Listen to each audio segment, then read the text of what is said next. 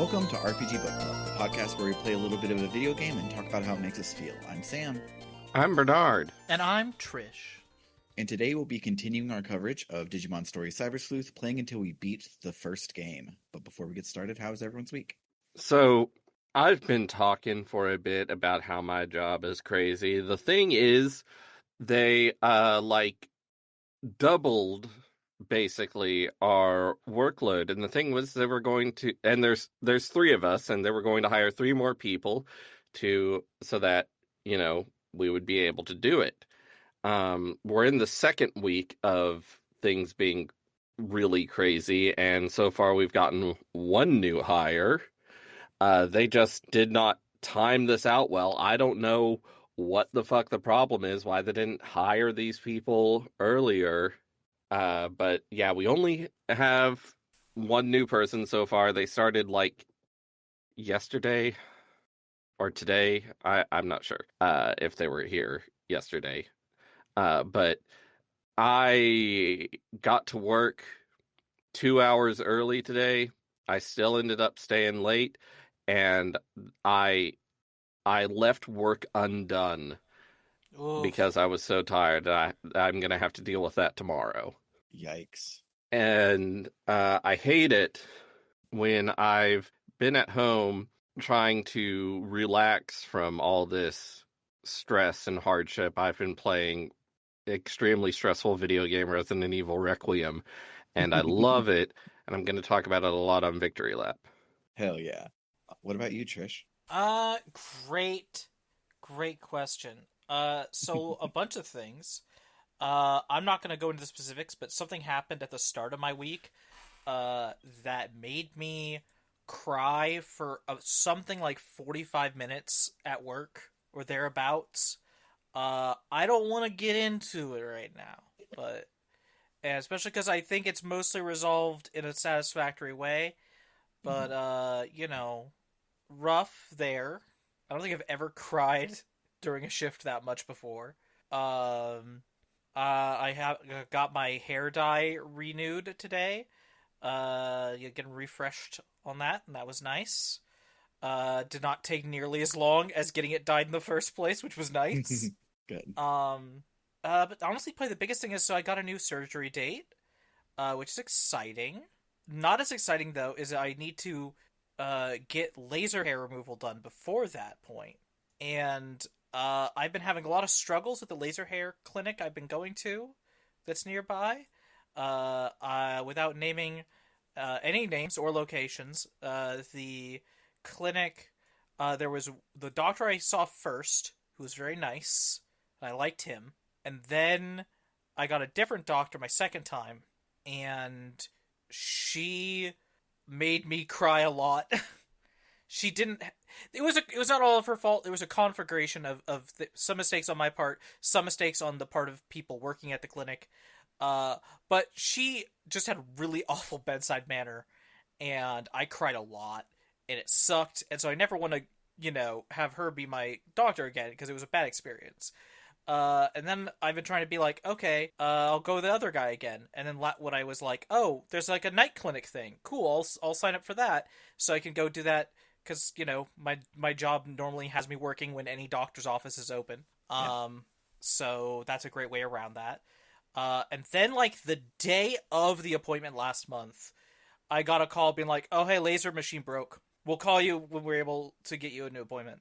And then I got called, a couple days ago. So after a fucking month. And it wasn't even oh, hey, we're finally able to fit you in. It was just hey, did you want to keep doing this? And I was like, yeah, I thought you said you would call me. And they're like, oh. So... Oh my gosh. And so I'm like, all right, yeah, I would like to get a new appointment. And they're like, okay, we can fit you in November? What? So, yeah, I've, thanks to some prodding from my wife, I've reached out to patient advocacy to get their help with this and other things. And so they're going to help me find a different laser hair clinic I can go to so that I can get this done in an expedient way where I can get my insides rearranged properly. What have you been up to? I hate dealing with healthcare stuff. Same. That's why patient advocacy is so great, is they can take care of a lot of it for you. What have you been up to in the last week, Sam? I have been making more of the paper doodads, and it's been a lot of fun. But that's just coloring, so it's not super super thrilling to hear about. But Paper doodads. I heard pay per due dads, and I was like, what the fuck does that mean? yes, I can't remember if it was on the main show or Victory Lap, but paper. If it was on minis for Victory D and Lap D. and you didn't listen to Victory Lap, paper minis for D&D. Yes. Uh, so I've been making a whole lot of those and remembering that coloring is fun, especially with alcohol markers. It's like the Especially cheat with codes. alcohol. Yes. Especially with alcohol. But alcohol markers are just so much fun to play with because they're basically like the fill tool on MS Paint, because like where you touch it, the alcohol seeps into the paper and goes out. But like printer toner, it resists the paper the ink, so it's like you just get to fill in all the spots by just like touching it with the marker, and it's so cool and so much fun. But I've other than never that, heard of this magic. yes, the ones I have are crappy ones off of Temu, but the good ones you should actually buy are by either Cali Art or Ohuhu, I think. Oh, hoo. Ohuhu, that sounds right. I just But googled alcohol markers, and for one of the first results is oh, hoo. yeah, I think I paid $20 for like the 200 I have, and the 100 pack of Ohuhu is like $300. So uh it's not quite that, but it is very expensive. So if I want to get better ones, then I will have to pony up some extra money. But then I feel like I did something cool with gaming this week, but I can't remember what it was. Uh, Doing something with gaming is always cool. That's right. Oh, this is a nothing about my week, but it is technically I watched a video yesterday, so it is about my week. But it was a Bob World Builder video about the uh he played a role playing game with the first ever DM, the guy that did it before they made Dungeons and Dragons, and they were just doing what's called a Bronstein. He was the first DM to do it, and what's amazing and on brand about it is uh so the way that they did it back in the day before they finalized it into D&D is the referee, as he was called, was in another room so that he couldn't be influenced by the other people. And when they wanted to do something mechanically, they would leave, go to the referee, and the referee would decide what happened, and then they would go back in, tell the group, and they would continue role playing. Very odd, but that's how it worked back then.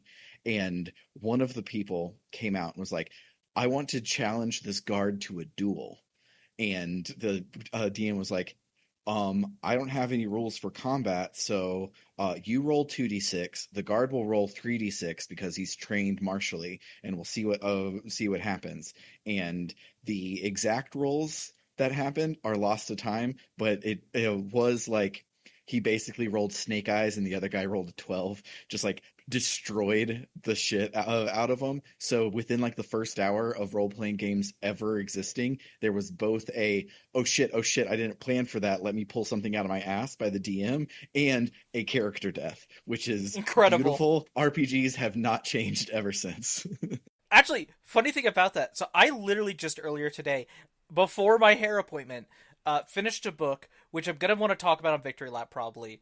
That is called The No Girlfriend Rule, and it's about people playing D&D, and or rather they're playing Secrets and Sorcery. I think is the fake D&D they made for Uh-huh. copyright reasons. In this, but I only want to bring it up because you're talking about this, and it made me think of the fact that in that because of its knockoff D&D, the version there is called, instead of a DM or a GM, it's the Secret Keeper. And I'm gonna be honest, Secret Keeper is a way better name. Yeah, That's a that's pretty that's good really term, yeah. good. Yeah, that's fantastic. But I think the gaming thing I did is I installed a lot of PC games onto my Retroid and have been playing a lot of those, which has been cool. And I currently have like 3 games that I'm in the middle of, and I haven't decided which one is my secret and which one I get to tell you guys about, but I'll decide all of that on Victory Lap. But first, I got to tell you about the best game that I played this week, and that's Digimon Story Cyber Sleuth. Not the best game I've played this week, but you know. Not the best game I played this week either, but I like him a I didn't lot. I didn't get to play a lot. I like it a normal amount. I was here's like for all its problems. I've also been playing Persona 5, and like, come on. Yeah. Yeah.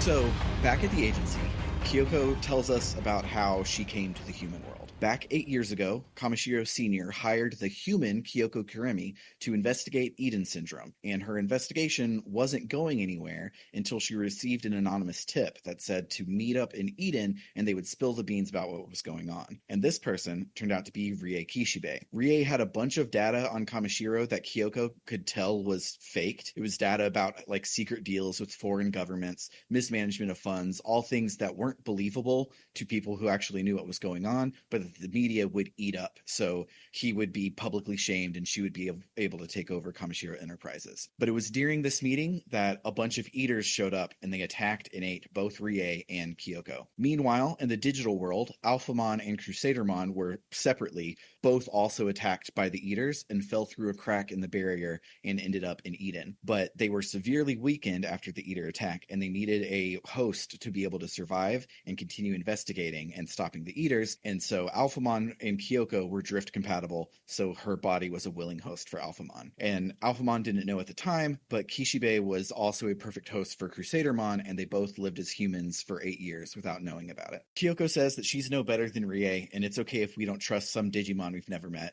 And everyone's basically like, that's stupid. We've been friends for months now. We've only ever met Alphamon. We have no idea who Kyoko is, so we're Alphamon's friend. That's fine. Yuko then asks Alphamon why she's helping the Digidestined when it was their fault that the Eaters came through. And Kyoko's like, what the fuck? You were kids. What were you supposed to do? The problem was with Eden. It's not with the kids who were victims. Kyoko asks them how they're doing now that they can remember everything. And thank God that Yuko has grown some since 4 chapters ago. And she says that she would never want to forget what was happened, even the bad parts, because there's good mixed in with the bad. And she wants to get better from it and not just ignore it. Too bad for that other guy. Yeah. Kamishine, I think is his name. I forget. Yeah, someone should go catch Yamashina and force him to face his past too. Yamashina. Nah, I was combining Yamashina and Kamishiro. Yes. They say that they need to go and stop the Eaters to be able to save Hugo and to also punch the shit out of Arata, so they need to form a game plan. Leopardmon is using the same digital ley lines as the Paradise Lost plan to gather energy so that he can digivolve into an even stronger form, so we will need to disrupt that somehow. So we're going to put a spin on the same plan we did back when we saved Yuko and hack the Eden access points along the ley lines, but instead of turning them off, we're going to reverse the polarity of the neutron flow and make the ley lines absorb energy instead, so that Leopardmon is weakened, so Kyoko, Totina, and Yuko can go kick his ass. Sure, whatever, if you say Yeah. so. Yeah, that's where I am too. Like, Yeah, that sounds plausible. So normally when I write my notes, I will like watch 2 or 3 text boxes. If there's something important, I will then come back to my notes and summarize those text boxes. This one, I watched the whole scene and was like, all right, all of this shit, not fucking important. I'm not going to summarize it. I'm just going to skip to the end because there are a lot of words that technically mean something that were spoken this week. So that leaves Nokia to be the one who's going to call the rebels and unite the Judes and the Zaxxons and get everybody going to do all the hacks. Leopardmon's base is the digital shift at the top of the Tokyo Metropolitan Office, so we head out and go do our final dungeon. What a dungeon. Alphamon says that there's a large force field around the top of the building and that Leopardmon is probably up there, but we'll have to climb from the inside to get there instead of just having Old Force Futuremon fly us up to the top or something. We climb through the dungeon that is very, very maze-like, and I'm very glad that high security level 2 exists because I got tired of it real quick and just turned off all of the random battles. Yeah, if I had to go through this dungeon with the random battles, I would have been upset. Yeah. Guess who didn't turn off random battles? It's your girl. So, halfway up, we run into Dynasmon, who I forgot we hadn't killed yet. Alphamon tells him that there's a way to resolve this without violence and the destruction of humans, and Dynasmon says, no, there isn't, so we fight. When we kill him, he's like, this is a perfect death, a martyr for my cause, a night's end lies in destruction, and then he disappears, and Alphamon is like, well, that was silly. Anyways, and we just continue the dungeon. When we make it to the top of the building, we see Leopardmon is already beginning to tap into the digital ley line and get stronger. But we can't approach him because Arata is also here. Arata says some bitch baby stuff about how he's a bitch baby for letting Hugo get got. So he's going to fix it now by becoming an eater too and stopping us from saving Hugo. He's so fucking stupid. I just want to punch him in the face. You gotta get more powerful because I was powerless as a fucking 8-year-old child. And it's not normal to be powerless as an 8-year-old child. That's weird, actually. I was the old kid. I had to protect you all.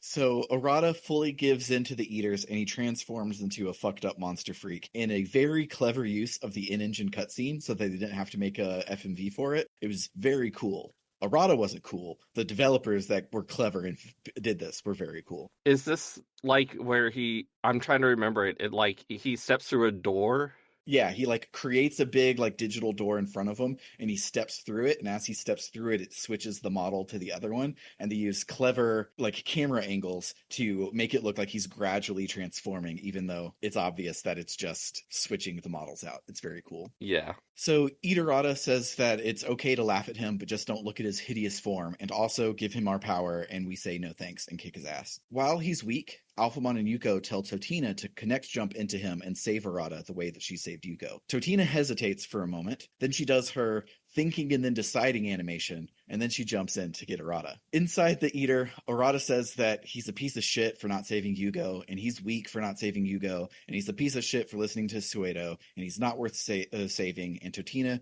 presses on, all the way to the center, where before she lovingly reached out her hand and told Yuko that it was all going to be okay to save her. But Arata doesn't get to have a redemption arc in this game. Totina's just pissed and punches him in the fucking face and throws his bitch out of the Eater, and it's so good. So amazing. I love it. I mean, Arata does sort of like he gets forgiven. He doesn't get redeemed, and that's but we do. There's a difference. There's a big fucking face, and that's good that we do that. It's not good. Like, oh, it's okay that you eatered all those Digimon and probably people and stuff. It's like, no, fuck you. Yeah. To be fair, also, they do just start beating the shit out of each other. Yeah, like she punches the shit out of him inside the digital area, inside of the Eater, and then wants to make sure that he knows it's still not okay, and she punches the shit out of him in the real world too. As they're fighting, Arata complains some more about not being worth saving, and so Totina gets the choice to say either welcome home or it'll be okay. And it basically to me reads like, you're stupid but you're family and I gotta stick by you even though you're shitty. And then they pointedly don't let him be important in the rest of the game. Every time he tries to be important, somebody steps in. It's like, no, ignore him, it'll be me. Then Totina's body glitches out for a second, and a little bit longer than it normally does, but she plays it off like, it's okay, this isn't going to be a thing. And then behind them, Leopardmon begins to stir. The gang thinks that they're too late, but then Best Girl shows up and she tells the rebels that it's time to do the thing, and the hackers of Tokyo all team up and reverse the digital line, and they zap Leopardmon of his power. Arata is like, oh, maybe I should have worked with you the whole time, because he's an idiot and I hate him. Why have the power of friendship when you can just let a creepy guy turn you into an eater? I just want to say, I'm so happy that this game did go the direction that despite the jokes about her being kind of dumb or her being naive, in fact, Nokia was correct the entire time, and the power of friendship is everything they needed. Mm-hmm. I love Nokia. She's so good. So Leopardmon comes to, and he's like, why didn't this work? Why don't I have power? And then Alphamon and Totina walk up to him. Leopardmon asks who Alphamon is, and Alphamon officially reveals her name to Omnimon and Leopardmon. This whole time it's just been called, the text box has just said a Digimon known as Kyoko, but we can digivolve our own Digimon and already knew Alphamon's name, so it's fine. Alphamon is the rumored 13th Royal Knight, and Omnimon and Leopardmon both weren't even sure if she existed. Imagine you had a secret 12th coworker. There's a rumored 13th employee. Mukuro, the secret 16th student. Yeah, in the greater Digimon lore, Alphamon's job is to like manage the Royal Knights from the shadows, basically, and keep them in line and work closer to King Drazel, which is what they're like referring to here. But it's still very funny that like, yeah, there's 12 of us, but what if there was 13? Nah, there can't be. That's silly. Leopardmon asks why Alphamon is his enemy if they're both supposed to be following King Drazel. Alphamon says that she is, in fact, following King Drazel's will. Leopardmon says that if they're both following Drazel and they disagree on destroying the humans, then it must be Drazel's will for them to fight, so that they might as well oblige him. And we fight Leopardmon. Yes. Oblige. Sorry. my mouth don't work good. Don't know why I decided podcasting was my hobby. So we kick Leopardmon's ass, and then he says that the only way that he could have lost is that King Drazel just wants the end of both the digital world and the human world. So Leopardmon will die, and then we will fail, and everything will be over. And we're like, whatever, dude, and we let him die. Have you not noticed we have the power of friendship?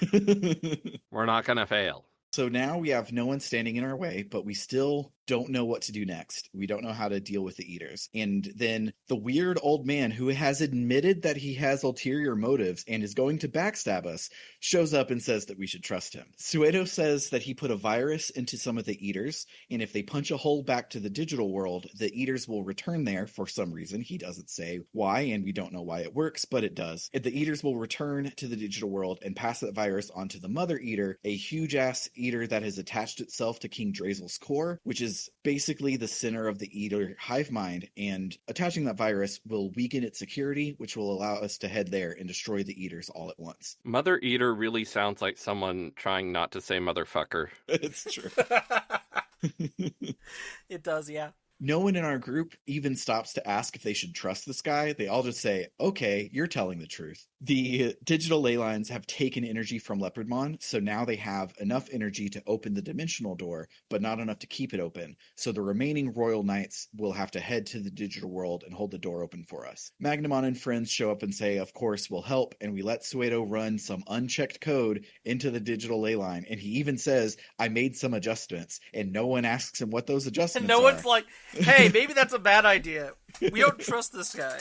I mean, you say nobody asked him about the adjustments, but if I were interacting with Suedo, I would not ask any questions because that would prompt him to talk more. I was about to say that he'd talk more, and that's the last thing we want.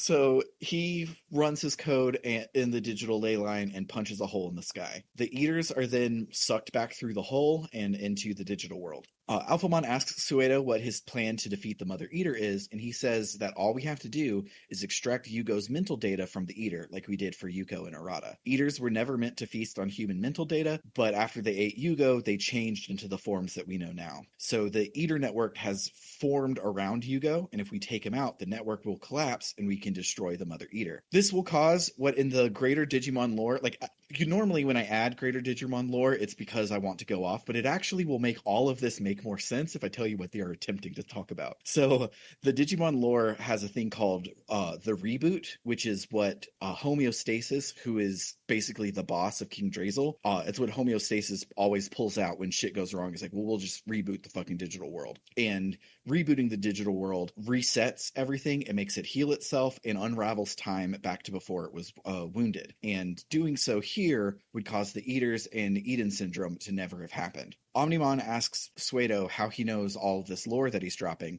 and he says that he hacked into the Eater's network and that anyone could do it. Even Arata could do it. Arata looks up from being sad for a second and is like, wait, I can help? I can be useful? But Yuko steps in and is like, well, if Arata can do it, I can do it. Arata doesn't get to be redeemed.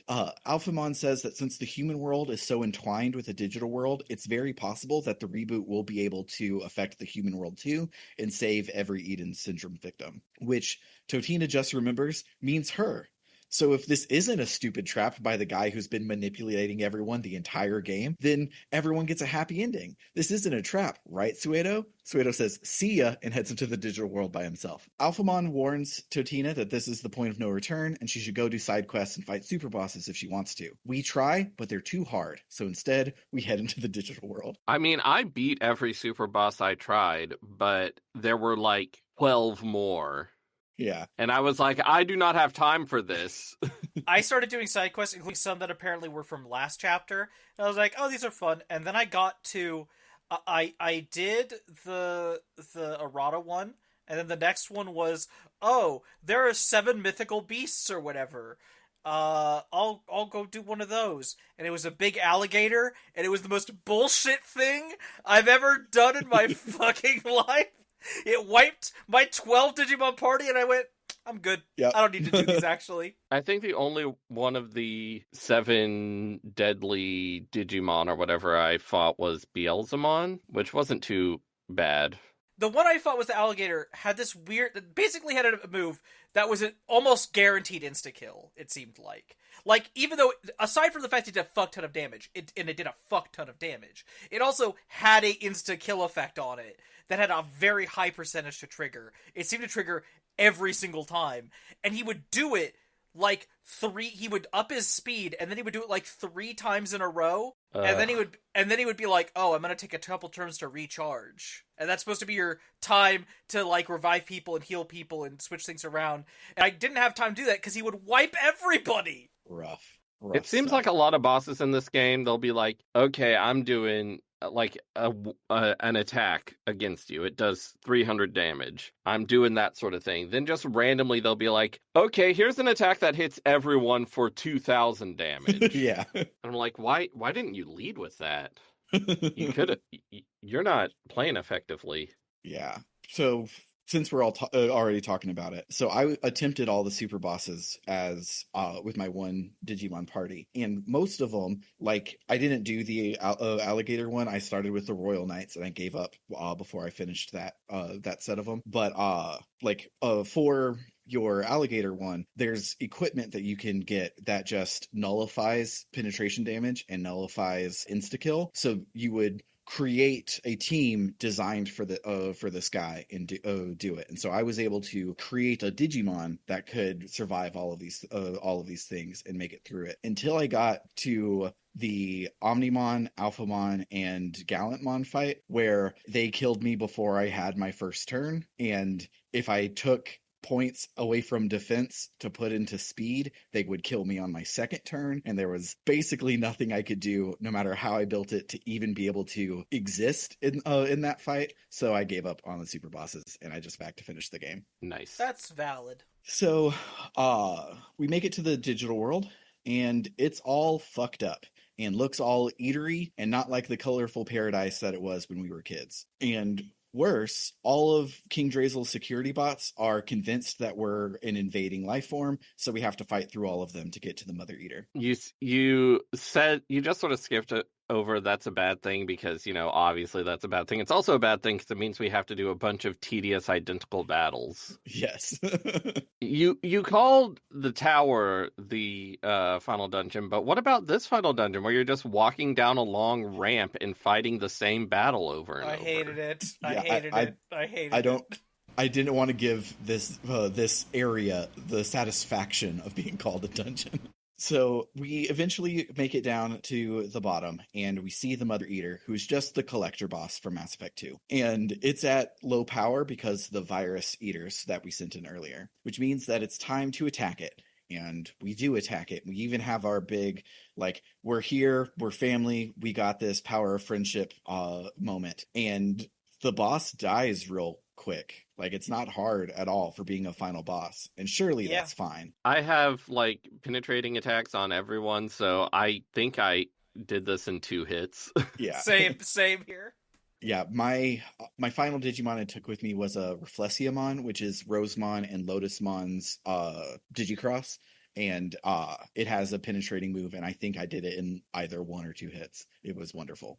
So the Mother Eater is now dead-ish, and so Totina is able to jump into it, but right as she does, her body gets super glitchy and something seems off. Inside the Eater, the ghost of the Pale Boy keeps calling out for help, while Yugo keeps saying, "Don't save me, stay back," and it's very cool. But at the center of the Eater, as Totina grabs Yugo, Yugo is like, "You dumbass, you shouldn't have come here." So she pulls him out, and everyone is glad to see him, but Yugo is like, "Dude, I had infiltrated the Eater network, and I was single-handedly holding them back. Now that I'm out of there, they're going to get super powerful, destroy both worlds, and also destroy the mental data of all of the Eden Syndrome victims. And without anyone inside, it's going to get real bad real fast." And Suedo is like, "Exactly. That's why I'm going to go inside and control the Eaters and King Drazel and control both worlds and prevent all grief from now on." And the gang is like, "Oh no, how could we have seen this betrayal coming?" So Suedo walks up, no one stops him, and he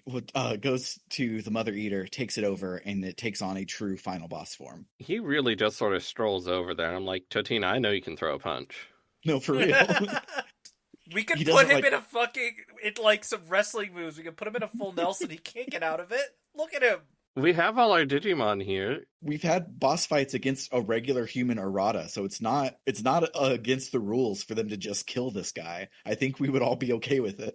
So as he goes in, Totina is like, "Well, I know how to take you out of there. I'm a pro at it." And she attempts to connect jump, but her body is too unstable, just as Suedo planned. He knew that if he let them save Yugo, Totina would be unable to follow him in because she would be too unstable. And again, the gang just takes what the villain says as truth without questioning it. Nokia and Yuko say that a world without Totina in it isn't worth it, and they'll find some other way. And Arata and Yugo admit that they're nothing burgers compared to the power of lesbian, and they literally don't add anything to this power of friendship speech. They just like bro it out about how cool the girls are, and they suck. So the Suedo Eater says that he will fix this world and remove anything crooked, ugly, or sad. And Totina says, "Then start by killing yourself, douchebag," and we fight the final boss. Halfway through, there's a phase change with a really cool cutscene where Yugo is like shonen animeing all over the place. And it's like stopping Suedo's giant punches. And he says, And I was like, "You can do that?" I was saying the same thing. I was like, "Whoa, dude." I thought you were just a guy. He says that he wasn't strong enough to stop the Eaters on his own before, but he's not alone anymore, and so we continue fighting the second phase. As we defeat him, the Mother Eater crumples to the ground, but Suedo is still inside of the Eater. The gang is like, "Well, since we can't connect jump in to take him out, let's call in the Royal Knights that we have left, and we'll trap him here until we can figure something out." But Totina is a protagonist, so she begins to connect jump, and the gang is like, "No, stop." And they're like, "Alphamon, Kyoko, please stop her." And Kyoko says, "Go, Cyber Sleuth, find the truth that only you can." And Totina makes the jump. Hell yeah. It's a fucking cool moment. Inside the Eater space this time, Suedo says that trying to save him is pointless because he would rather die than leave. And Totina literally never says anything at all, but still somehow convinces Suedo in the power of friendship and that Ohana means family, and family means that no one's left behind, even their gross villain uncles. So he just gives in and decides not to return with her, but to let the Mother Eater die and die himself along with it. And he also gets convinced that means God is real for some reason. I don't fucking know. So It's I from what I recall, he also what brings up like how this proves the many worlds hypothesis, and thus his dream of ending all suffering everywhere is impossible because there'll always be a world where that didn't happen. And I'm like, I don't know how we prove that, my guy, but sure, whatever. When man. I was reading this dialogue, I was really counting on you to make it work, then to summarize it effectively. But I it's don't fucking blame nonsense. No. It's No, fucking it's nonsense. mostly not nonsense. Like it's like while reading it, it's nonsense that like it never is like a garbledy-gook where you can't quite understand it, but it is stupid and not worth The going thing is into. it's a lot of the individual points are like comprehensible. The problem is that there's no connective tissue that flows No. from one idea to the next. Individual text boxes are good, but there's nothing linking them. No. I honestly have to feel like it's part of the translation is the problem here. It could be, but also Totina never says anything except for there's one time where she gets to say that nobody gets left behind, and that's her only input here. It is just Suedo going off on himself about God and shit. He does like to monologue. So he and the Mother Eater die, and then back in the digital world, Totina is like mega glitchy and barely holding together. But she survived, and that's what's important. But the reboot is starting to happen, so everyone needs to get out of the digital world fast before they're treated like a virus or something and deleted. So on their way out of the digital world, they see that it's already started to return to normal, and the mental data for the Eden syndrome victims is returning to the real world. There's a really sweet scene where Agumon and Gabumon, who are no longer Omnimon, they're back in their small forms. Nokia is like, well, if we separate and y'all get reverted back in time, then y'all won't ever remember me. It's like we'll never have hung out. And they just really simply, because they're simple, cute guys, they're just like, well, then we'll just have to meet again. And it's very good. Before everyone leaves, Kyoko summarizes one more Wikipedia page, and she admits that it just gets her off to do that. And she knows that it's annoying, but she doesn't care. So we all She literally says, like, I had to info dump one last time. Yeah. I took a screenshot of this.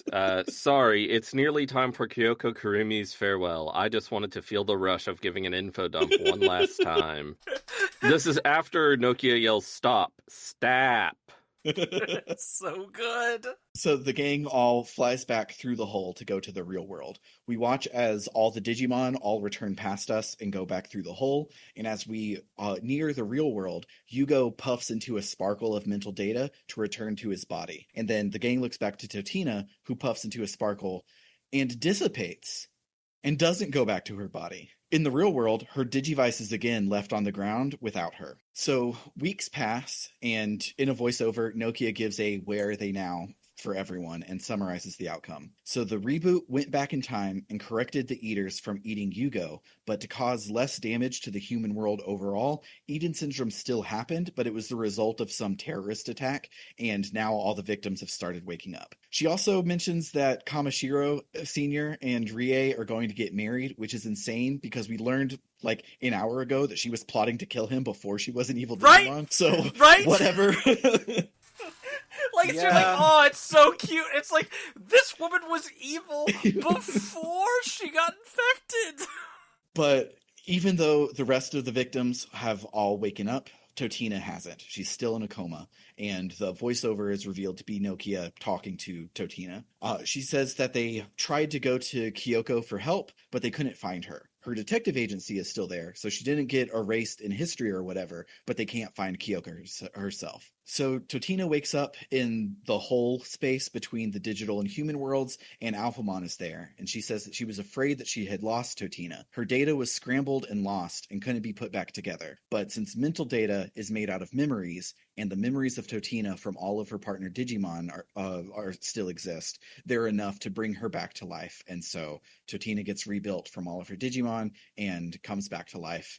And we roll credits. I need to point out that for me, this was a scene of like, because you get a swivel around and see your whole party, which is lovely, but it does mean for me, it's a swivel around to just a bunch of hot lady Digimon standing around. Yeah. Yeah, it's really cool how they do like the Pokemon Hall of Fame thing and you see all your Digimon but that were in your party. But I was like, King Edamon, I literally never used you in battle. I just put you in my party because I thought you could potentially be useful, but I don't even like you. I'm really glad I didn't have Platinum Numemon in my party anymore.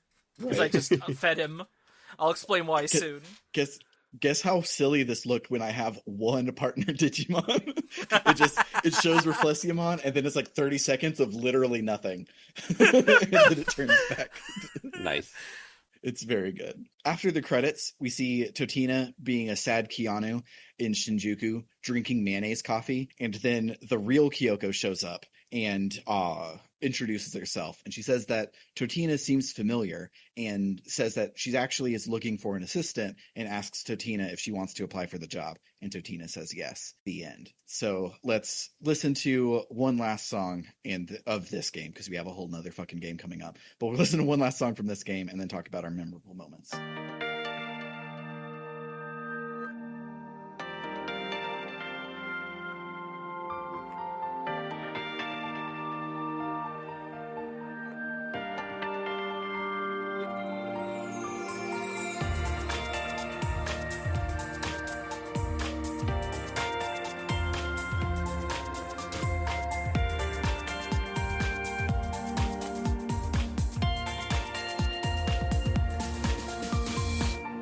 What a game! 3 out of 5. What a game. Yeah, it's such a good middle of the road game. It's such a good 3 out of 5. So funny thing, we were approaching the end game, and I realized at some point there was one more, under my definition, hot lady Digimon I had not added to my party. I haven't mentioned Minervamon, because I saw her around, and I was like, ooh, hot Valkyrie girl with a big sword? Yes, please. So I added her. She's one of the main characters of Time Stranger, just so you know. Fuck yes. But here's the other thing. Crusadermon, I would count as hot lady Digimon. Mm-hmm. Even if she has the vibes of like a Super Sentai villain, still counts. To get her, I've been aiming for a while. I had a Nightmon that I was gonna digivolve up into her, and I got all the requirements, which are, I'm not gonna say they're not the hardest by any means, but they aren't easy requirements. And then the last thing it needed was, I was short on speed. I was short on speed by a lot, like 50 points. Oof. Which is a problem, because I was nearing the level cap, and I was still 40 to 50 points shy. And I didn't have any int boosting or speed boosting Meat or whatever. Yeah, I didn't have the carrots or whatever. And I could have, technically I could have, used the thing to reduce, I could use restraining chips to reduce the other things, and then just like trained using just a bunch of like the speed boosting farm goods. That could have worked. It just would have taken so much fucking time, and I was at the end of the goddamn game. Yeah. So, and I found out, frustratingly, you can buy, the next game, for what I understand, fixes this. You can only buy the stat boosting food in post game, after you win. Yeah. So, I do have a Crusadermon, technically, but only because I did it after finishing the game. Yeah. And that makes me sad, which means that no matter what starter I get in the next game, I'm going to find some way to digivolve it into Crusadermon to make up for this. Yeah. The only reason that after I had to restart, that I continued doing this challenge of basically I turned into a deck builder, but with just Digimon. I was skipping everything else, basically. The mod that let this happen is a shops overhaul mod that adds those things to Murray's shop, because otherwise, no, I'm not fucking doing it. If I knew that was a mod, I would have grabbed it. Yeah. I should have done that. You should have asked me. I would have told you. I should have, but I didn't. Speaking of training hot girls, so like I said, I finished the game with my Reflexiamon, and because I had it set up to try and beat Omnimon, and it wasn't working, so I was like, all right, let me change something so that I can go in and just be super strong to fight the final boss. And so I trained up a Lotusmon from in training in my bank to be able to do the Jogress, and DNA Digivolve is the word I was looking for. And so I trained her up, and that took a little bit, and then I after I got her trained and the requirements didn't matter anymore, I used restraint chips to lower everything except for intelligence, and then pushed intelligence all the way to the top. Then I bought a bunch of the again, shouts to the shops overhaul mod, but I bought the equipment that's supposed to be for defense, but because intelligence is both magic attack and magic defense, the defense ones give you a plus 30 to defense and a plus 30 to intelligence. So I put a bunch of those on her so she could withstand a lot of things and also still be super fucking strong. And so I then went out into the final area, and I started the fight, and had forgotten to take Reflexiamon out of the Digifarm. So it was just a fucking level 6 Pabumon, little blob dude, against the Mother Eater, and he died so fast, and I laughed so hard for so long. Amazing. I forget what part of Nokia's final monologue this is, but at one point she says, "I give up, my brain is totally broken," and I'm like, yeah, I get it. Yeah. I screen capped that, and I was like, this is a new reaction image. This is exactly how I feel about most of what's going on in this ending. Yeah, no. Oh, I was trying to remember I had a thing to talk about. That is, I get the vague happy ending. We've already talked about the Rie part, which is so disconcerting and Yes. tone clash. But more than that, like, this is a truly Back to the Future, like implied horror sort of ending, because like our protagonists have no memory of the new timeline and of their new lives. And like for some of them it's probably similar. Like I don't think Nokia's life is different enough to be an issue, but for Yugo and Yuko, especially Yugo, considering he might be physically a teenager, but he just spent a bulk of his life as a digital entity in the Eater network, not existing in human society, not going through the education system, and now that didn't happen, and he's just expected to be a regular teenager. And like, this kid's life has gotta be hell. I could not help just being like, oh, this is a bad end for everybody. Like, at least, it reminded me a little bit of Persona 2, but at least in Persona 2, everyone forgot.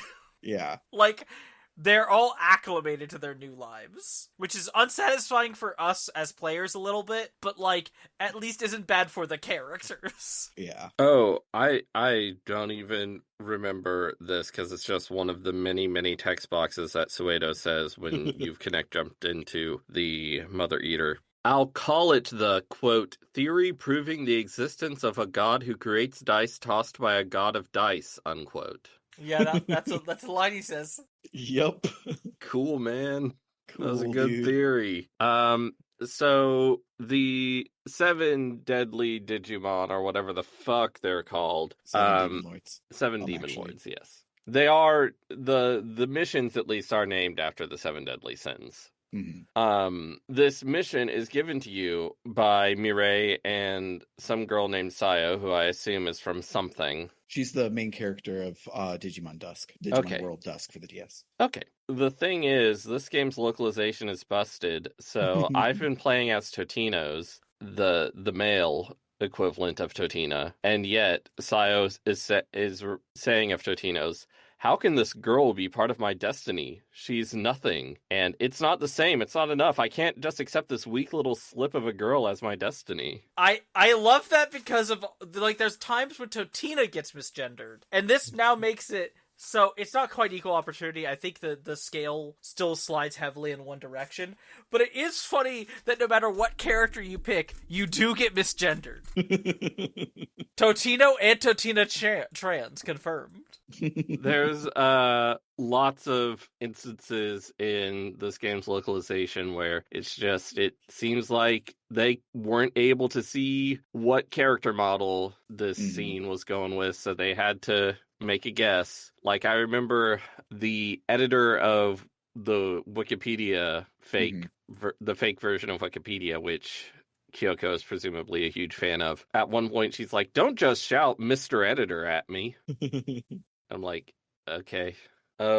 This game's localization is so busted. In some ways it's really good, but in a lot of ways it's like sub PS1 level. Yeah, it's wild. I remember not running into as many of these in Hacker's Memory. The Digiline stuff is all still nonsense, but I mean, the Persona 5 demon negotiation was also nonsense. It's probably just really hard to to translate all of those things. But I don't remember as much of those in Hacker's Memory. So we'll see if I just had my good times hat on or if it's actually better. Because the first game had already come out and been a hit, and that's why they made the second one. So I'm guessing there was more money involved on the second one, so they could have a much better localization. I feel like the localization was by people I feel like it was by good writers who knew both Japanese and English, but I feel like they just absolutely did not have the time, resources and everything they need. So maybe in Hacker's Memory they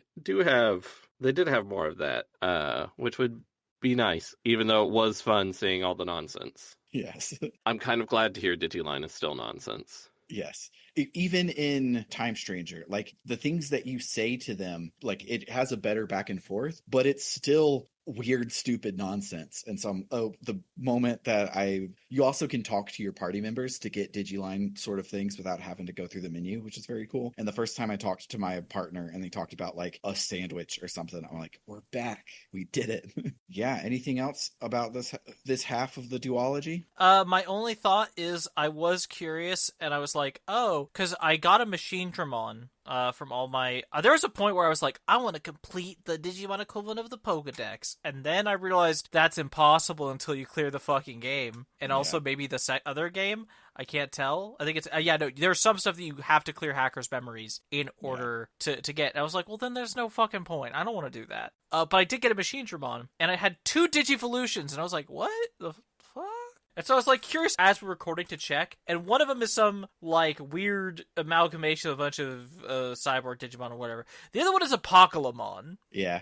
Who was interesting to see as a thing that he could apparently all the 4 Dark Masters from Digimon Adventure can Digimon to Apocalypse. Weirder yet, I saw that his Apocalypse's level is not described as a Mega, but as Ultra, which is not a designation I've heard in any other Digimon media. And I looked and it was like, yeah, apparently this game and a few other Digimon things, like, invented the term Ultra Digimon for things beyond Mega. But like most media is like, it's a Mega, but you know. Yeah.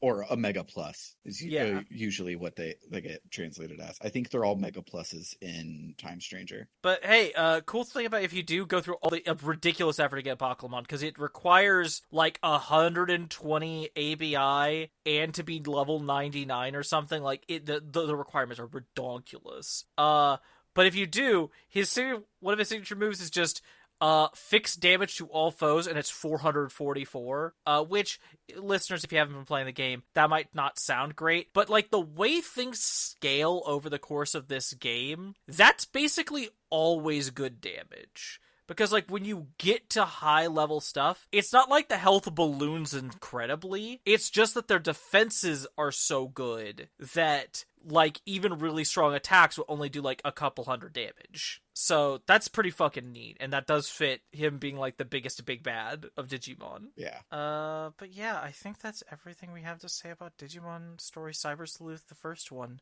It was pretty good, but I like think it. I want to take a break from Digimon for a little bit. I like things that are digital or technology based, but I'd like to read more and read more things that are comprehensible and make sense. I would love to not write notes for 3 weeks.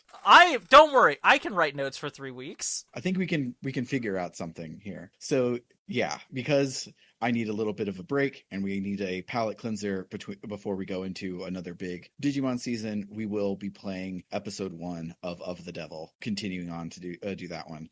Shouts to El Tantavi, who asked if they could commission it, and I said, oh, we're already doing it. And they said, well, can I just donate it anyways? And I said, yeah. And so we're already doing it, but shoutouts to Elf for helping us out. So it'll probably take about 3 weeks. Fucking stoked. Yeah, I am very excited because the prologue was one of the coolest things with the best reveal that I've experienced in a long time. But for this week and for this game, this is the end. So if you like what you heard today, you can head on over to www.rpgbook.club, where any and all donations will help us offset the cost of running the show. If you decide to donate $1 or more a month, you'll become one of our gadabouts and also get access to our bonus feed filled with after shows for every episode, as well as bonus seasons of the show, such as Tales of Podcastia and the Escape Pod. If you up your donation to $5 or more each month, you can become one of our warriors and get your name read at the end of every episode, a little like this. Shoutouts to Dragon Slayer 19, Freddie Rodriguez, and JFO Prime. And then if you really, really love us and you want to be a luminary, you can donate $20 or more a month and get a short one-sentence shout-out or advert right at the end of each episode, a little like this.